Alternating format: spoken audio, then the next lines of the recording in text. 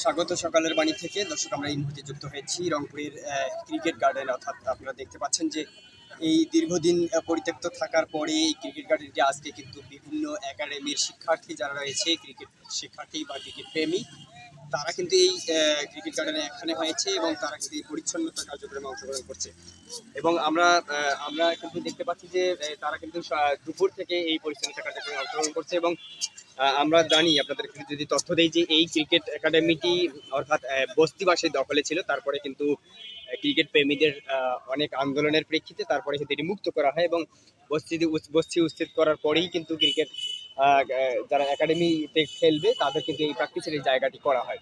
তারপর পরেই কিন্তু জেলা ক্রীড়া সংস্থা যারা দুর্নীতিবাজ রয়েছে, তারা কিন্তু এখানে এই বিভিন্নভাবে বাণিজ্য মেলা দিয়ে বিভিন্নভাবে সুযোগ সুবিধা নেয়, যার কারণে কিন্তু ক্রিকেট একাডেমিগুলো এবং ক্রিকেট প্রেমীরা যারা ক্রিকেট প্র্যাকটিস করে তারা কিন্তু এই সুবিধা থেকে বঞ্চিত হয়। এবং তারপর পরেই কিন্তু আপনারা জানেন যে কিছুদিন আগে দীর্ঘ 1 মাস কোটা বৈষম্য বিরোধী যে আন্দোলন চলে, এই আন্দোলনের শিক্ষার্থীরা কিন্তু সারা বাংলাদেশে একটি বৈপ্লবিক পরিবর্তন করে দিয়েছে। এবং শুধু কোটার সংস্কারই নয়, এর মধ্যে কিন্তু সরকারের পতন হয়েছে। তারপর পরে কিন্তু বিভিন্ন বৈষম্যের বিরুদ্ধে আন্দোলন করছে শিক্ষার্থীরা। এবং এর প্রেক্ষিতেই কিন্তু আমরা দেখেছি যে কিছুদিন আগে কিন্তু এখানকার ক্রিকেট একাডেমির কয়েকজন এবং অন্যান্য যারা আর সচেতন সমাজ রয়েছে, তারা কিন্তু জেলা প্রশাসকের সাথে দেখা করেছেন এবং এই ক্রিকেট একাডেমিটি চালু করার জন্য, অর্থাৎ এই মাঠটি যাদের হাতে দখলে ছিল, দখল মুক্ত করার জন্য কিন্তু তারা জেলা প্রশাসক বরাবর কথা বলেছে এবং জেলা প্রশাসকের সাথে সাক্ষাৎ করেছে। এবং তারপর পরই কিন্তু আমরা আজকে হঠাৎ করে দেখলাম যে দেখতে পাচ্ছি যে ক্রিকেট একাডেমিতে যারা প্র্যাকটিস করে, বিভিন্ন যে ক্রিকেট একাডেমি, তারা কিন্তু এই দুপুর বেলায় কিন্তু এই মাঠ পরিচ্ছন্নতার কাজে অংশ নিয়েছে। এবং আমরা যদি আপনাদেরকে একটু দেখাই, আমরা কিন্তু এখন একটু কথা বলতে চাই যিনি সারা স্পোর্টসের যিনি পরিচালক সালাউদ্দিন পাপ্পু, তার সাথে আমি একটা কথা বলতে চাই। বলতে গেলে তো আমাকে পিছনে যেতে হবে। এই বিগত 2 টার্ম আগে যে ডিসি ছিলেন, ওই স্যারের সাথে আমরা কোয়াবের পক্ষ থেকে প্লেয়াররা সবাই কথা বলছিলাম। তারপর স্যার আমাদেরকে এখানে যে বস্তি ছিল এটা তো সবাই জানে, বস্তি খেলার জন্য আমরা যেন খেলতে পারি, প্র্যাকটিস করতে পারি, এই কারণে বস্তিটা উচ্ছেদ করার ব্যবস্থা করে দিয়েছিল। বাট যখন স্যার চলে যাওয়ার পরে আমাদের যে জেলা সংস্থার লোকজনরা ছিল, দুষ্ট লোকেরা ছিল, তারা এই মাঠটাকে মানে যে কোনোভাবে হোক আমাদের কাছ থেকে সরাই নিয়ে এটা বাণিজ্যিকভাবে তারা ব্যবহার করা শুরু করে দেয়।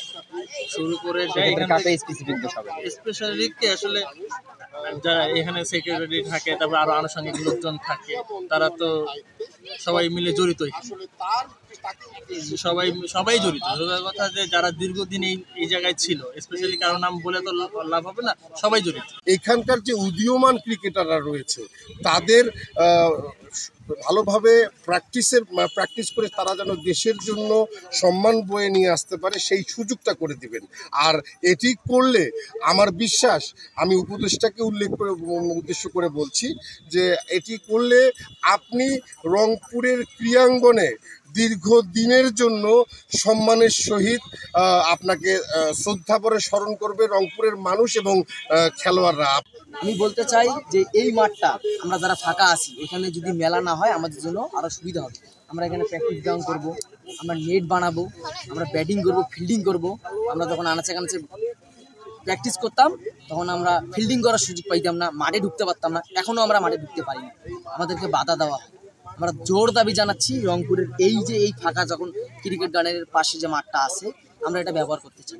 দর্শক শুনছিলেন এতক্ষণ বিভিন্ন ক্রিকেট প্রেমী এবং বিভিন্ন ক্রিকেট স্পোর্টসের যারা শিক্ষার্থী রয়েছে এবং যারা প্র্যাকটিস করে এই ক্রিকেট গার্ডেনে, তাদের কথা। এবং তারা যেটি বলছিলেন যে দীর্ঘদিন এই মাঠটি দখলে ছিল এবং বস্তিবাসী উচ্ছেদ করার পরে যেহেতু খেলাতে ক্রিকেট প্রেমীদের অথবা ক্রিকেটের শিক্ষার্থীদের এই মাঠে প্র্যাকটিস করার কথা, সেই প্র্যাকটিসে তারা বঞ্চিত ছিল। এবং তারপর পরে কিন্তু তারা কিছুদিন আগে জেলা প্রশাসকের কার্যালয়ে যান এবং তারা এই জেলা প্রশাসকের সাথে এই বিষয়টি নিয়ে সাক্ষাৎ করেন এবং ক্রিকেট মাঠটি যাতে আর কোনো ধরনের বাণিজ্য মেলা বা কোনো ধরনের মেলায় দুর্নীতিবাজরা দিতে না পারে, সে কারণে কিন্তু একটি দীর্ঘক্ষণের আলোচনা হয়। এবং তারপর পরে কিন্তু আমরা দেখতে পাচ্ছি যে আজকে কিন্তু এই শিক্ষার্থীরা এই ক্রিকেট মাঠটি বা ক্রিকেট গার্ডেনটি এই যে ময়লাগুলো রয়েছে এবং গাছপালাগুলো রয়েছে সেগুলো পরিচ্ছন্ন করছে এবং তাদের যে দাবি যাতে করে এই ক্রিকেটাঙ্গন বা রংপুরের যে ক্রিকেটাঙ্গন আপনারা জানেন যে রংপুর থেকে সরোয়ার্দী, শুভ থেকে নাসির থেকে শুরু করে অনেক প্লেয়ার কিন্তু গেছে এবং এই মাঠ থেকেই যাতে, যেহেতু সরোয়ার্দী, শুভ এবং নাসিরের মতো বড় বড় প্লেয়াররা